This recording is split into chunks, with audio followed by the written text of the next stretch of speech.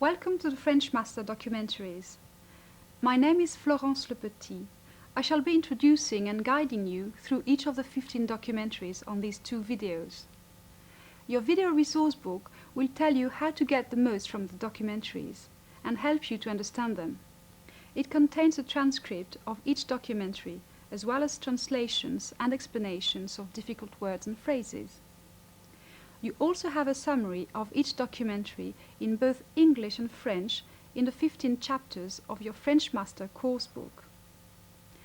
As you watch the videos, you will see the book chapter number for each documentary on your screen.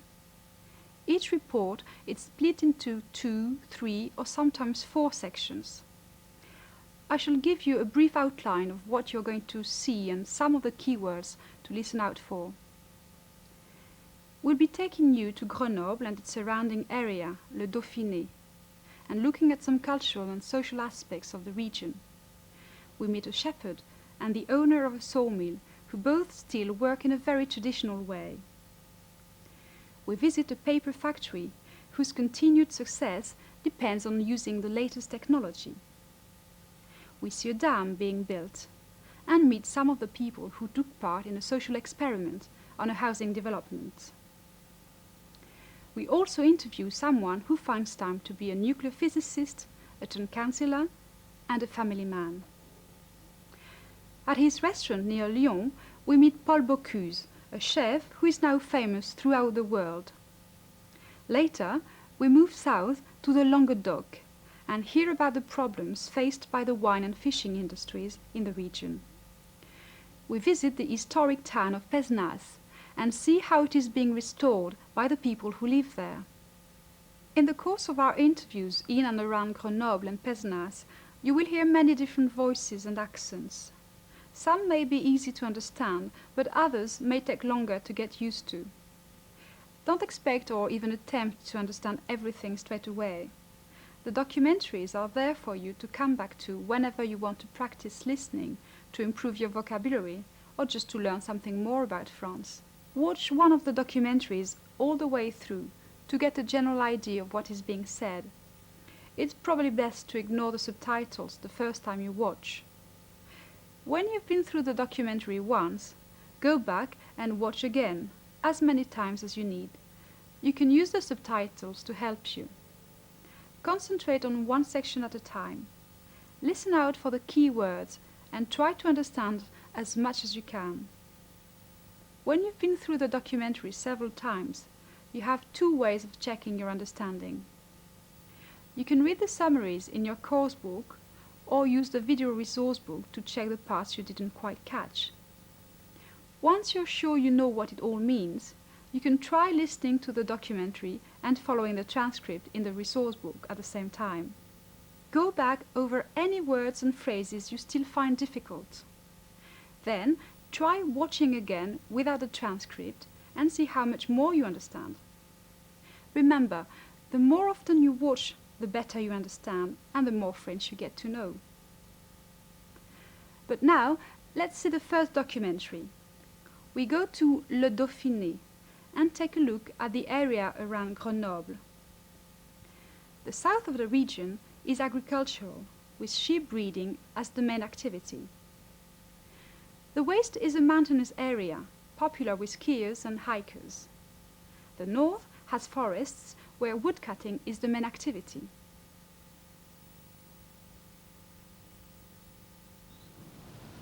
Le Dauphiné est une région de montagne. C'est une région variée.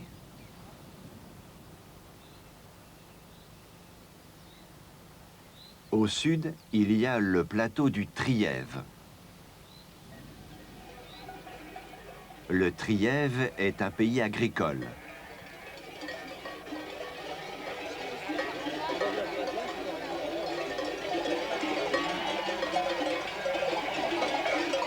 L'élevage des moutons est une des activités principales des habitants.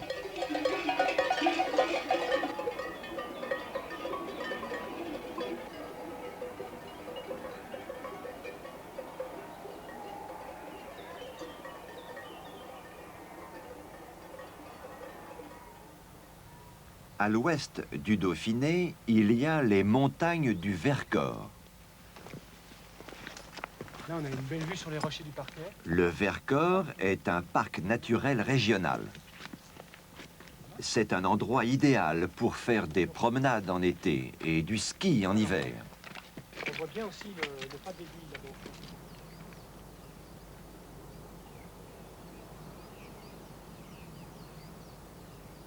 Au nord, il y a la Chartreuse. C'est une région de forêt. Il y a beaucoup d'arbres, surtout des sapins.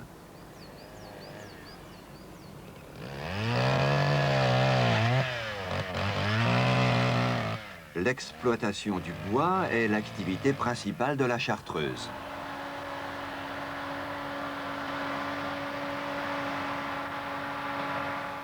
Now we'll take a closer look at Grenoble. Listen out for Au milieu des montagnes, in the middle of the mountains, le maire, the mayor, la plus dynamique sur le plan industriel, the most dynamic industrially, située au cœur des Alpes, in the heart of the Alps, au confluent des deux vallées, where two valleys meet, and une ville en évolution, an expanding city.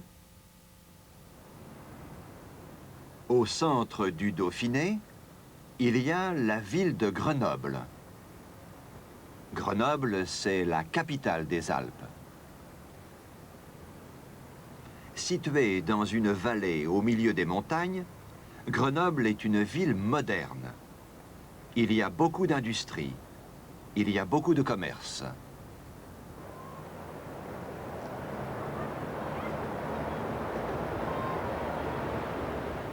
Ce n'est pas une simple petite ville de province, c'est une ville en évolution. Le maire responsable de cette évolution rapide s'appelle Hubert Dubedou. C'est la ville la plus importante entre la Suisse et la Méditerranée, la ville la plus dynamique sur le plan industriel. Elle est située au cœur des Alpes, au confluent de deux vallées. Grenoble is a lively university town.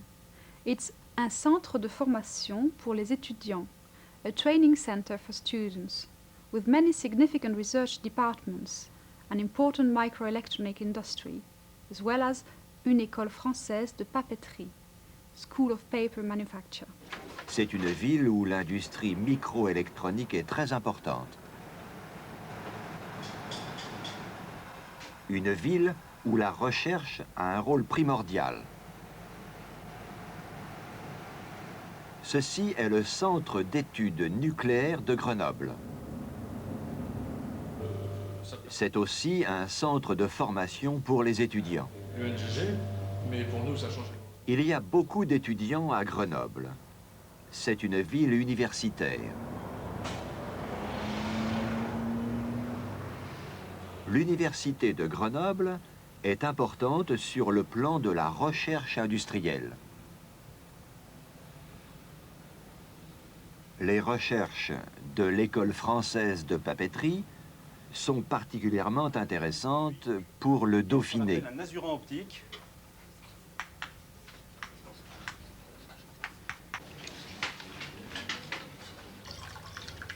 L'industrie du papier est une des industries traditionnelles de la région.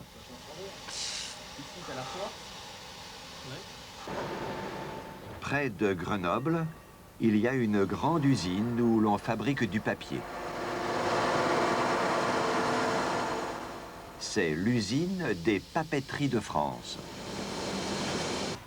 The final section shows that Grenoble is also an important cultural center with its museums, les musées, Arts Center, la maison de la culture, la musique, la danse and le théâtre. Grenoble est une ville industrielle, mais c'est aussi un centre culturel important. Il y a beaucoup de musées, notamment le célèbre musée de peinture. Il y a aussi une maison de la culture, qui organise des festivals. Des festivals de musique, de danse et de théâtre.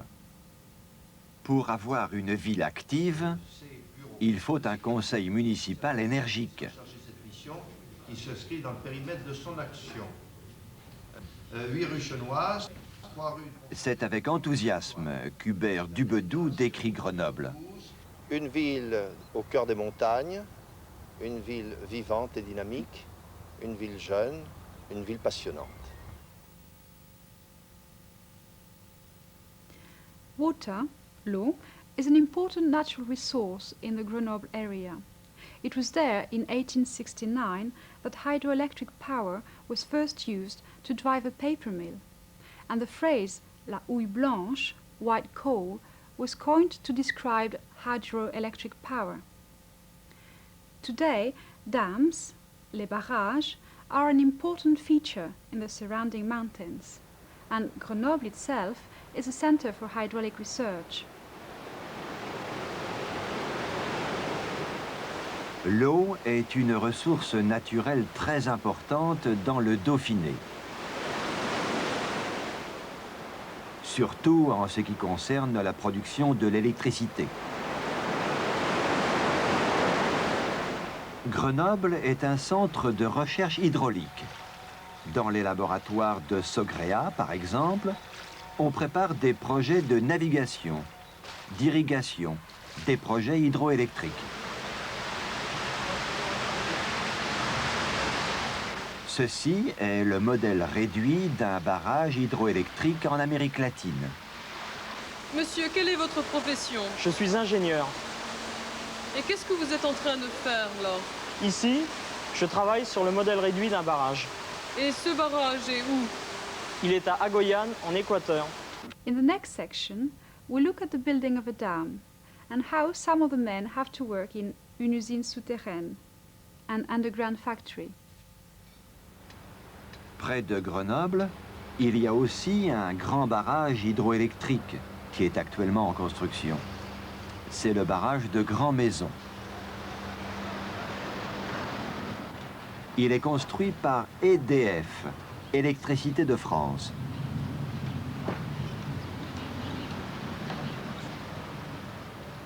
Un des responsables explique son futur fonctionnement. Vous avez 2 barrages. L'eau arrive ici. Elle passe dans ces conduites. On produit l'électricité ici.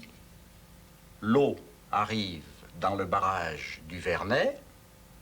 On la garde ici le jour. Et la nuit, on la remonte dans le barrage de Grand Maison. Entre le barrage de Grand Maison en haut et le barrage du Vernet en bas, il y a une usine souterraine.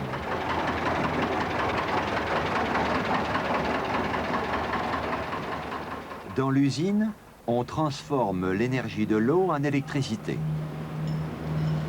Sous terre, les conditions de travail sont difficiles. Il y a beaucoup d'humidité, pas beaucoup d'air et pas beaucoup de lumière. 2,000 people have been employed to build this dam, and at first it was difficult to find accommodation for everyone. One of the engineers on the project speaks about the problem, and you will hear the words to do with housing. Délogement, accommodation. Habitation, housing. Louer, to rent. And of course, maison, house. Il y a 2000 personnes qui travaillent à Grand Maison. C'est certainement un grand projet. 2000 personnes dans une petite vallée peu habitée, c'est aussi un problème. L'ingénieur responsable de l'usine souterraine, Pierre Foraz, s'intéresse à ce problème. Mais au départ, c'était très difficile de trouver des logements chez l'habitant.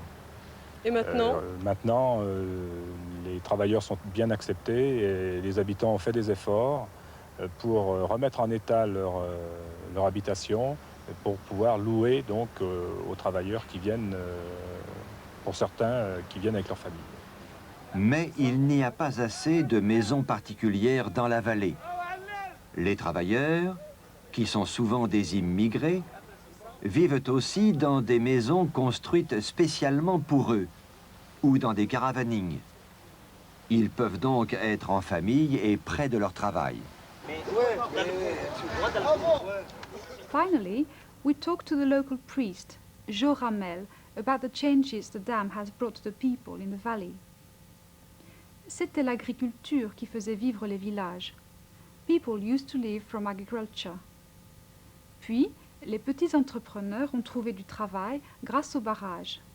Then, small firms had work thanks to the dam. Des jeunes et des gens du pays ont pu être embauchés. Young and local people could be employed. La construction du barrage est en train de transformer l'aspect physique de la vallée. Et pour les habitants de cette vallée, la vie n'est plus la même.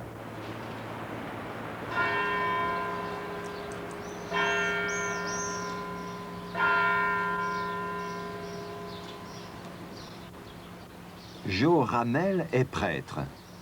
Il habite ici depuis 19 ans. Pour lui, le changement est net. Ça a bien changé la vie du pays.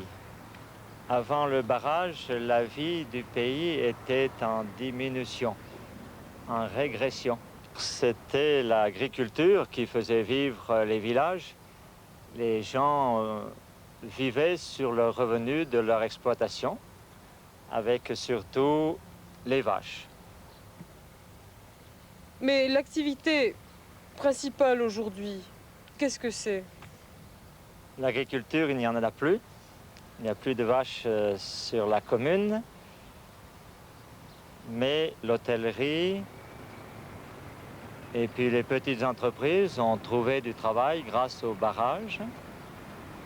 Et puis des jeunes et des gens du pays ont pu être embauchés par les entreprises du barrage.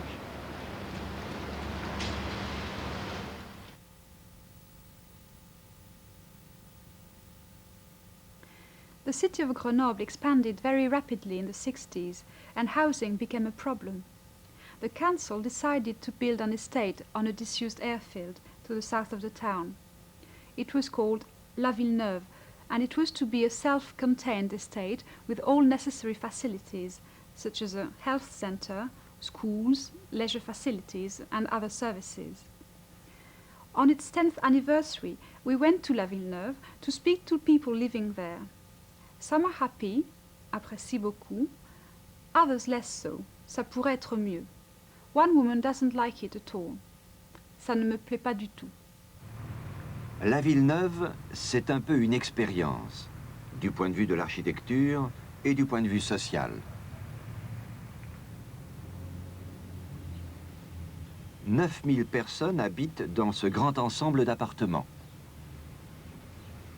Aujourd'hui, la Villeneuve a 10 ans. Des habitants en parlent. On n'a pas de voiture, beaucoup de verdure, et on apprécie beaucoup. Bah, y a le parc, il y a plein de choses. Il y a des balançoires, il y a une piscine. Au point de vue architecture, ça ne me plaît pas du tout. C'est pas mal, ça pourrait être mieux. C'est une grande cité populaire avec les avantages et les inconvénients que ça peut représenter. Monsieur et Madame Roum habitent dans un appartement avec leurs 2 enfants. Monsieur, quelle est votre profession? Je suis technicien à l'éducation nationale. C'est-à-dire? Je prépare des manips pour des grands étudiants qui vont passer un diplôme d'ingénieur. Et vous habitez à la Villeneuve depuis longtemps? Oui, depuis 10 ans. Donc vous êtes là depuis le début? Oui. Madame, quel est votre nom? Je m'appelle Chantal. Est-ce que vous travaillez? Oui, je travaille au centre commercial qui est à côté de la Villeneuve, à Grand Place. Et quel est votre métier là-bas? Eh ben, je suis employée de commerce. Je travaille dans les rayons. Et vous habitez la Villeneuve donc depuis 10 ans. Que Ouais. pensez-vous de ce quartier moderne? Oh, moi, personnellement, je suis bien à la Villeneuve, quoi. Je trouve que c'est agréable ici. Vous trouvez qu'on y vit bien donc? Ah, moi, j'y vis bien. Les autres, je sais pas, mais moi, j'y vis bien. People from all walks of life live in La Villeneuve. Des ouvriers, workers, and les classes moyennes, middle classes, and les professions libérales, professionals. It's a self-contained community with a wide range of facilities, beaucoup d'équipements, une bibliothèque, library, un atelier de poterie, pottery studio, des écoles, schools. All these things bring life to the local area, le quartier. C'est une communauté très mixte. Toutes les couches sociales, immigrés, ouvriers, classe moyenne et professions libérales habitent les mêmes bâtiments. Il y a aussi beaucoup d'équipements qui sont là pour animer la vie du quartier. Un marché, des magasins et une maison de quartier. Beaucoup d'activités sont organisées à la maison de quartier. Il y a une bibliothèque-discothèque. Il y a des ateliers aussi. Des ateliers de poterie. Des ateliers de tissage, où des experts sont là en permanence pour aider les gens qui apprennent. Voilà, maintenant tu fais le 3.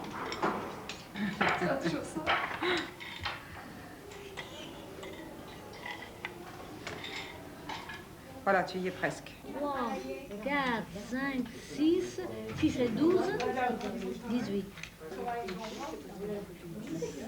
Les personnes âgées ont aussi leurs équipements.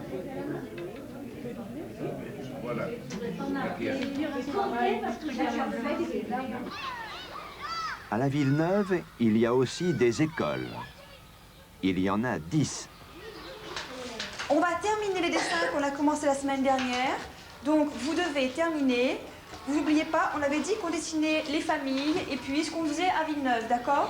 Alors, je passe, je regarde un petit peu vos dessins.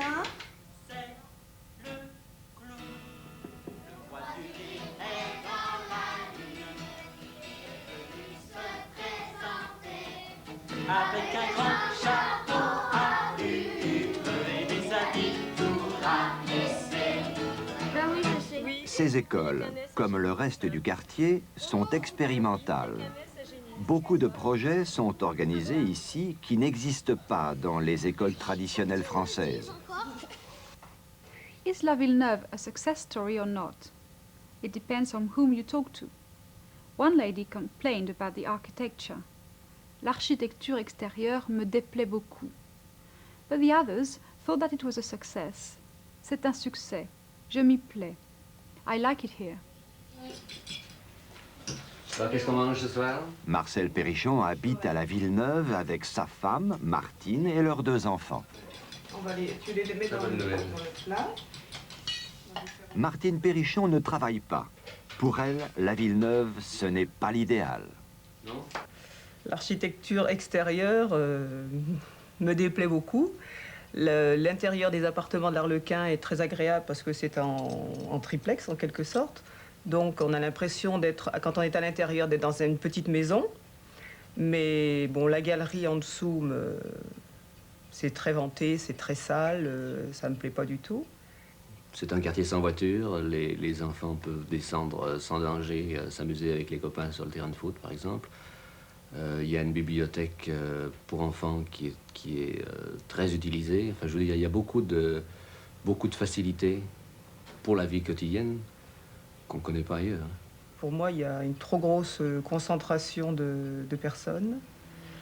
Et je préférerais être à la campagne, à l'air pur, enfin, pas habiter comme ça ici, quoi. Une vie commune partagée par toutes les classes sociales. La Villeneuve, un rêve devenu réalité? Un succès ou un échec? Moi, je m'y plais, moi, la Villeneuve. Là où je suis bien. Ouais. Pour moi, c'est un succès. Et vous allez y rester? Oui. J'aimerais bien repartir, oui. Mais ça dépend de mon mari, qui lui se plaît beaucoup ici. Et on attend.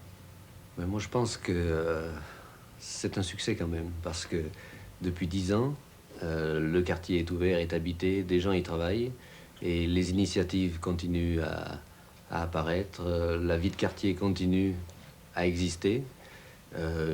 Ça évolue, bien entendu, hein. C'est plus C'est plus tout à fait comme au début, mais c'est encore très, très agréable à vivre. La Villeneuve, c'est un peu une ville dans la ville.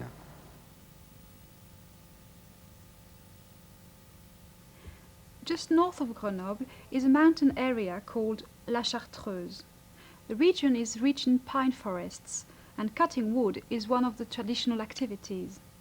We meet Guy Bec-le-Berlan, the owner of a sawmill, who tells us about his life. Listen out for scieur, sawyer, and scierie, sawmill, and les Carthusiens, people from the Chartreuse. La Chartreuse est un petit pays de tradition, un ancien massif de montagnes couvert de forêts.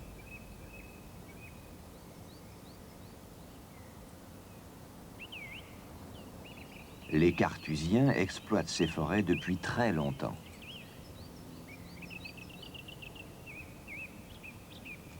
Au Sapet, en Chartreuse, il y a 2 scieries. Le propriétaire d'une de ces scieries est un homme très attaché aux traditions du pays. Je m'appelle Guy Bec-le-Berlan. Et quel est votre métier? Je suis scieur. Cette scierie que vous avez existe depuis combien de temps? Elle existe depuis 25 ans. Et vous êtes propriétaire de cette scierie? Nous sommes propriétaires, oui. Combien de personnes travaillent ici? 4 personnes travaillent dans cette scierie. C'est-à-dire? C'est-à-dire mon frère, mon neveu, moi-même et un autre ouvrier qui s'appelle Nono. Guy Bec-le-Berlan and his brother started a sawmill 25 years ago. The family has lived in the Chartreuse for generations, depuis de nombreuses générations. Monsieur Bec-le-Berlan likes the area, even though it is one of the wettest in Europe. Good conditions for growing fir trees, les sapins. The average yearly rainfall is 2 meters 20, and he wishes there was more sun and less rain. But he realizes that that would mean less wood, moins de bois. He would prefer plus de soleil, more sun, and moins de pluie, less rain. La scierie de Guy Berlan et de son frère existe depuis 25 ans, mais la famille Bec-le-Berlan vit en Chartreuse depuis plusieurs générations. La Chartreuse, c'est mon pays d'origine. C'est un coin que j'ai aimé parce que j'y suis depuis de nombreuses générations. Notez que j'aimerais qu'il y ait plus de soleil, qu'il y ait moins de pluie peut-être, mais s'il y avait moins de pluie, il y aurait moins de bois. La raison qu'il y ait du bois, c'est qu'il y a beaucoup de pluie, c'est que le climat est très humide. On apprend en géographie que c'est une des régions les plus arrosées d'Europe. Il y tombe en moyenne 2,20 mètres d'eau par an. Alors que c'est la raison pour laquelle nous avons beaucoup de sapins, parce que le sapin est quelque chose qui demande beaucoup d'humidité. Once the trees are cut, une fois coupés, the trees are taken down to the sawmill, where they are made into planks and beams, en planches et en poutres.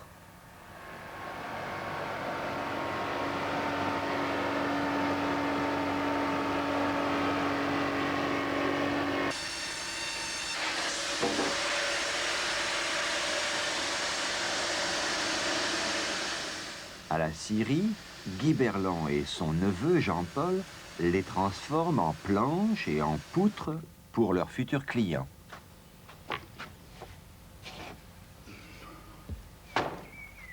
Le bois de M. Berlan est destiné à des artisans charpentiers surtout, pour la construction de maisons. The Berlan family has been living in the Chartreuse since at least 1813 and has always earned their living from wood. Monsieur Berlan's parents used to transport wood. Ils étaient voituriers. The Berlan sawmill is a small family business and its survival depends on future generations. Guy Berlan's own children are studying at university and don't show signs of wanting to continue the business. Ça n'a pas été leur vocation. But he expects his nephew to carry on the family business, l'entreprise familiale. L'économie actuelle favorise la production de masse. Mais la scierie de Guy Berland, comme d'autres en Chartreuse, est une petite entreprise familiale. Son futur dépend des générations à venir.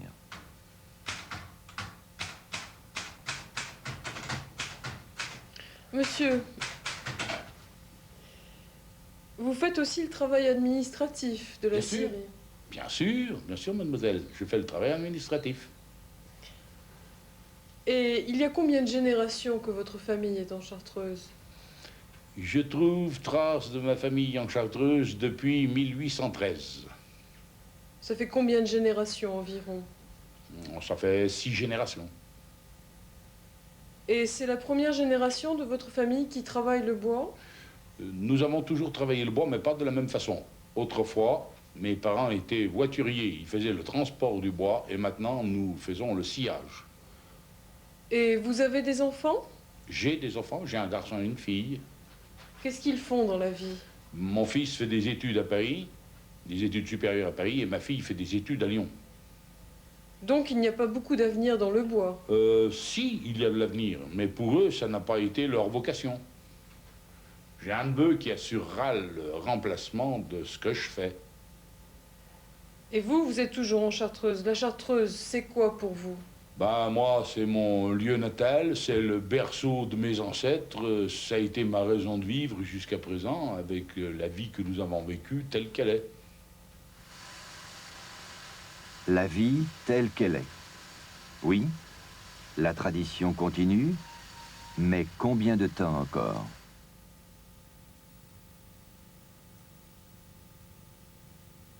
In this report, we visit the oldest paper mill in the area and speak to the managing director, who explains that the tradition of paper manufacture in the area owes its origin to the presence of wood as well as water and energy.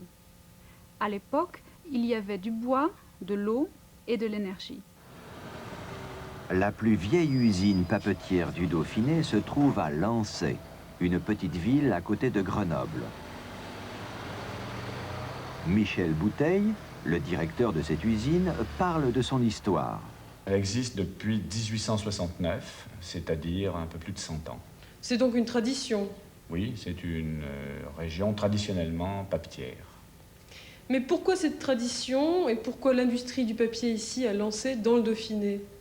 Eh bien parce qu'à l'origine, pour faire du papier, il faut du bois, il faut de l'énergie, de l'électricité et de l'eau. Et qu'à l'époque, il y avait du bois, de l'eau et de l'énergie.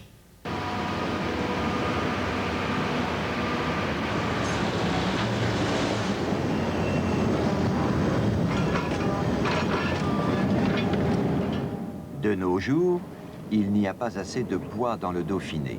Il vient d'autres régions de France.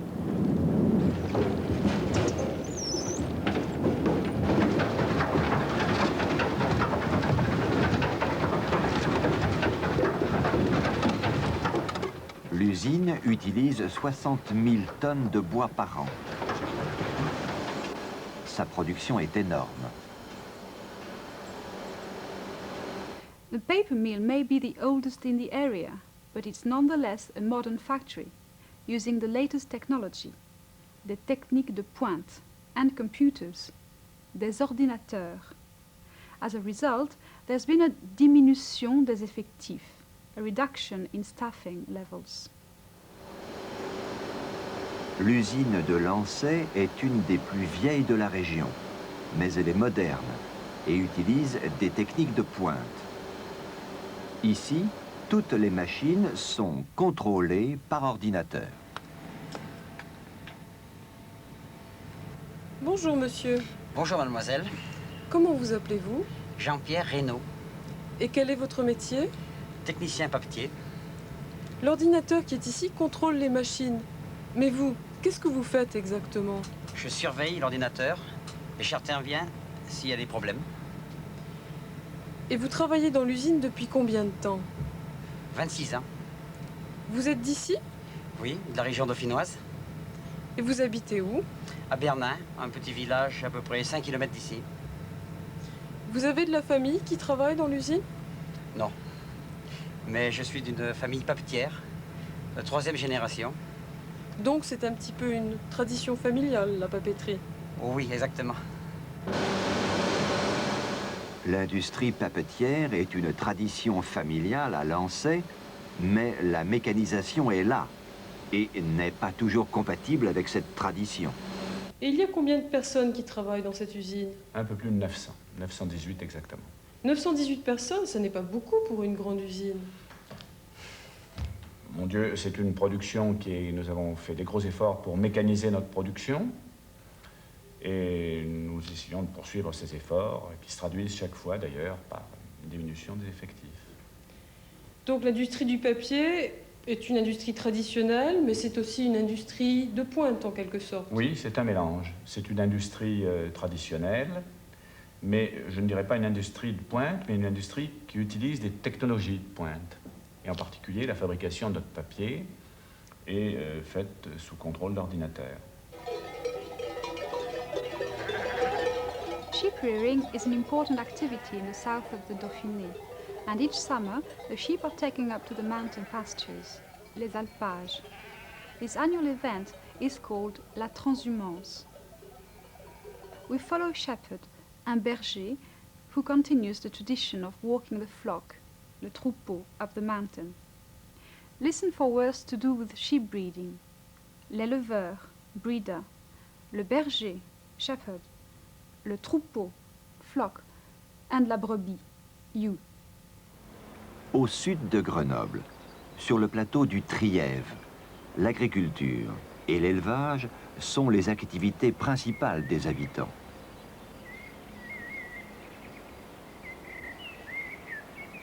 La petite ville de Mens est la plus importante du Trièves.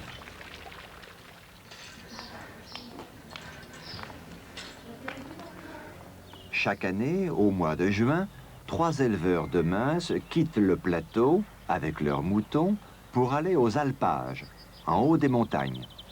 C'est la transhumance. Un berger professionnel les accompagne. René, vous êtes berger. Vous faites la transhumance. La transhumance, qu'est-ce que c'est? La transhumance, c'est un déplacement d'un troupeau de brebis. On part d'un endroit, on arrive à un autre endroit. En principe, ça se fait de la plaine et on va vers la montagne. Et pourquoi faire la transhumance? Parce que souvent, c'est au point de vue agricole, c'est plus intéressant de déplacer les troupeaux en été. Ça permet en plaine de récolter du fourrage l'été qui servira l'hiver aux troupeaux à la descente de montagne. Et en montagne, ayant cette surface d'herbe qui est disponible, ça permet d'y laisser des brebis en quantité importante pendant 4 mois. Ce voyage de 45 km dure 1 jour et demi. The 45 km journey takes 1.5 days. René and his dogs will look after the flock for 4 months. Although he has to make sure that the sheep don't get lost or sick, he has a lot of time to himself. Il faut aimer la solitude pour être berger. You have to like being alone to be a shepherd.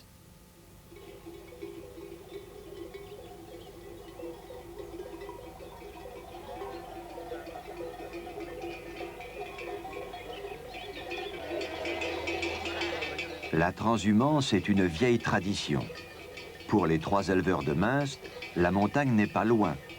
Ils continuent donc, comme leur père avant eux, à faire la transhumance à pied. Ce voyage de 45 km dure 1 jour et demi.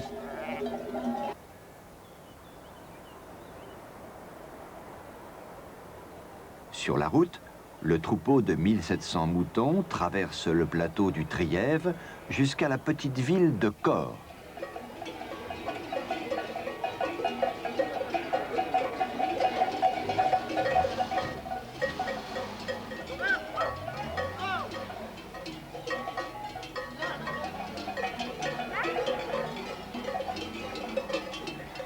À Corps, l'arrivée des moutons, c'est aussi l'arrivée de l'été.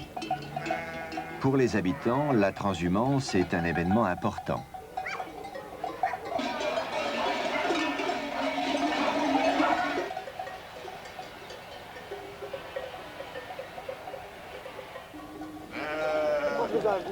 Il doit avoir faim, celui-là.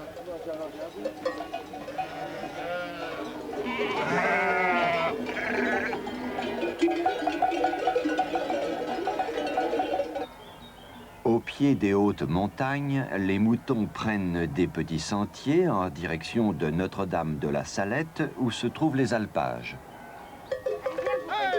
Le voyage est terminé. C'est ici que le troupeau va rester pendant la belle saison. René, le berger, va rester lui aussi avec ses chiens. Il va garder le troupeau tout seul pendant 4 mois. Et la journée, vous la passez comment? Il y a un travail de surveillance. Il faut avoir un bon coup d'œil pour voir s'il n'y a pas des brebis qui restent en arrière ou s'il n'y a pas de brebis malades. Et autrement, on prend une bonne partie du temps pour soi-même. Il faut aimer la solitude pour être berger.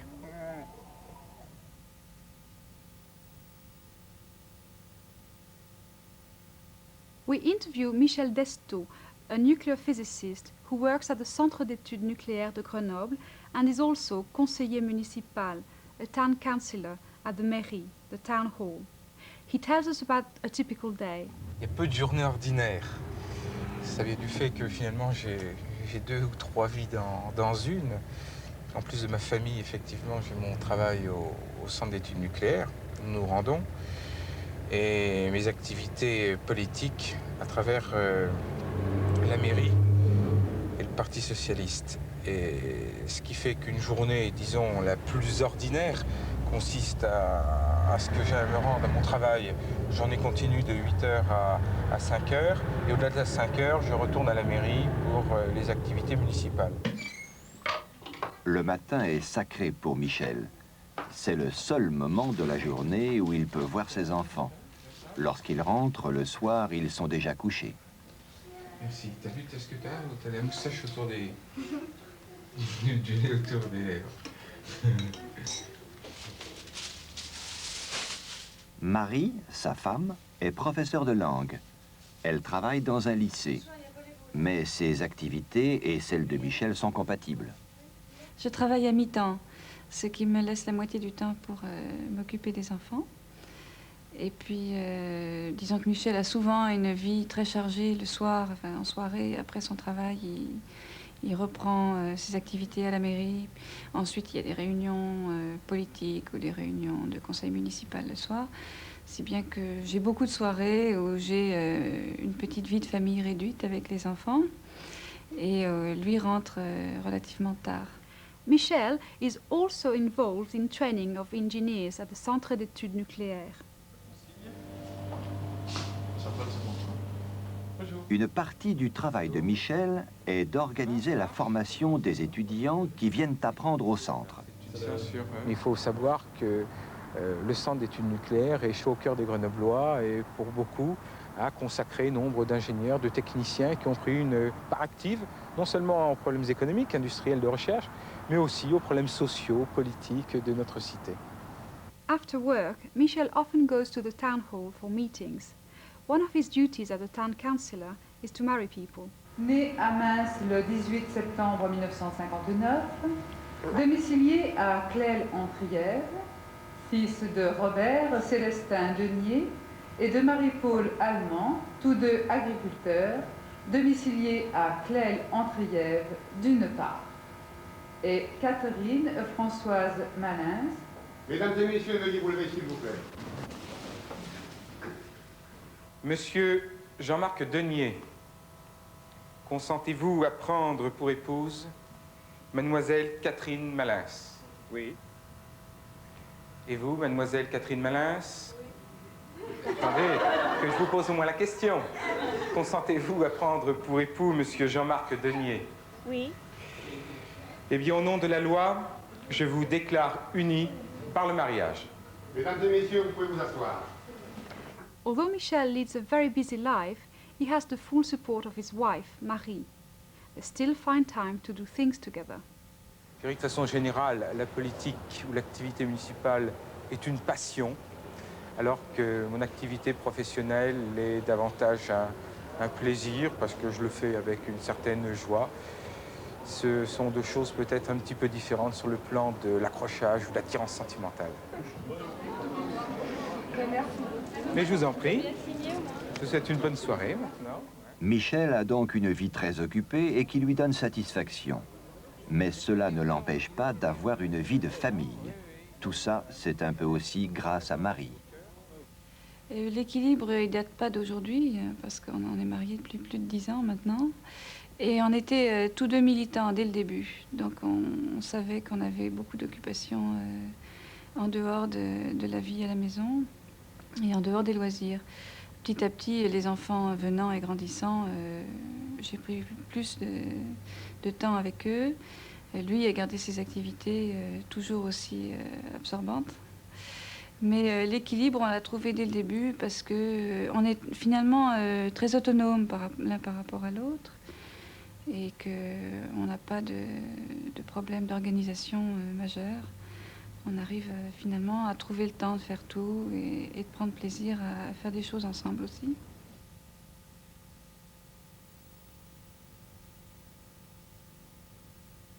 He's probably the most famous chef in France, perhaps in the world. He has restaurants in France, Japan, the United States, and South America. He writes books and frequently appears on the radio or television. He is the first French chef to be awarded the nation's highest civil honor, la Légion d'honneur. His name is Paul Bocuse, and we visit him in his restaurant near Lyon, just an hour's drive from Grenoble. Many of the words and phrases in this report are to do with cooking. In the first section, you will hear le restaurant, restaurant, faire la cuisine, to cook, and les plaisirs de la table, the pleasures of eating. Le restaurant de Paul Bocuse est un des plus connus en France. Les gens viennent de Paris, de Genève, d'un peu partout, uniquement pour les plaisirs de la table. 50 personnes travaillent ici. Un restaurant aussi célèbre demande une organisation énorme. Et Paul Bocuse n'a pas vraiment le temps de faire la cuisine. Il en laisse la responsabilité à Roger Jaloux, son chef de cuisine. Pas de problème. Oui. Pour les cerises, il m'en reste. Les cerises, bon, ben, il faut en donner à la veille, là, quand même. Ça y est, c'est bon. On a donné. Roger Jaloux travaille ici depuis 10 ans. Il a 18 personnes sous ses ordres. Ben, moi, mon rôle, c'est de tout surveiller. Surtout la sauce, mais en faisant quand même la sauce, avec le sous-chef, on surveille toute la cuisine. C'est très important, ça. Le chef de cuisine est le seul responsable de la qualité des plats. Il doit s'occuper de tout. Les poulets, c'est pour midi, ça hein? Oui. Oui. Alors, tu vas regarder les foies, là. On va faire un petit foie de volaille, hein, pour les pigeons, là, Robert. Oui, chef. Hein? On va s'en occuper tout de suite derrière, là. Le chef de cuisine doit aussi improviser au jour le jour selon les ingrédients de saison disponibles. On change la carte 4 fois par an, à chaque saison. Et suivant sur le marché, ce que M. Bocuse trouve, il le ramène et on le travaille le jour même. Mais tous vos ingrédients viennent de la région. On essaye, on en prend le plus possible dans la région parce qu'on est bien situé. Les poulets de Bresse, la crème, tout ça. On essaye, notre jardinier nous fait tous nos légumes et je pense que c'est très important. Paul Bocuse a son propre jardin potager chez lui. Il y fait pousser des légumes qui vont servir au restaurant. T'as gagné. Vous avez joué où donc? Café de la mairie. Au Café de la mairie. Et il attache beaucoup d'importance à la fraîcheur et à la qualité des produits utilisés dans ses cuisines. Chaque matin, il va au marché de Lyon et il choisit lui-même ce qu'il faut ce jour-là.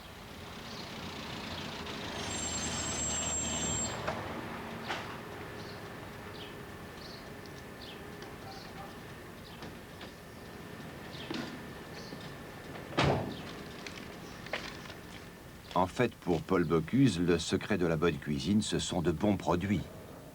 Avant tout, un bon cuisinier, c'est déjà l'homme qui sait acheter ses produits, aller au marché le matin, et ça, c'est très important.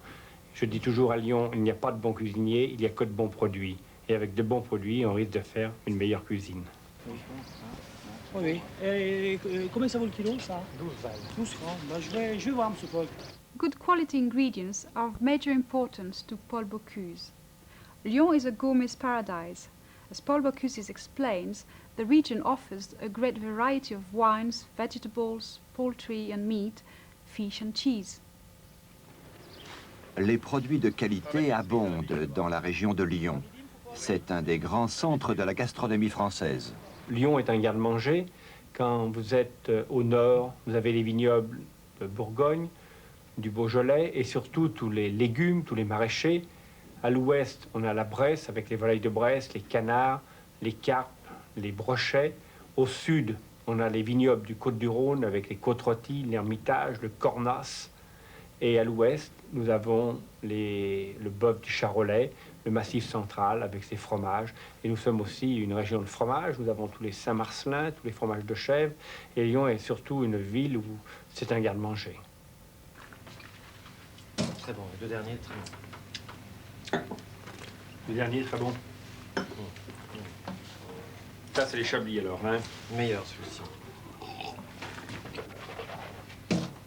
Et tu m'avais pas dit qu'il y avait un pouilly fuissé de ta propriété, là? Tu l'as mis? Il y est également. Il y est également. On a tout un assortiment. C'est ça, la pouilly fuissé? Oui, non, très bon. Moi, j'aime beaucoup ça. Can anyone eat at the restaurant? Who are Paul Bocuse' customers? Il y a beaucoup de clients fortunés, mais il y a également des clients qui viennent ici peut-être une fois dans leur vie.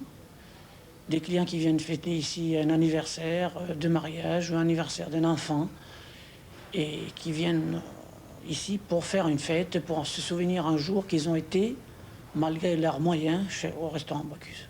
But what does Paul Bocuse like to eat? The ingredients must be the best. Attends.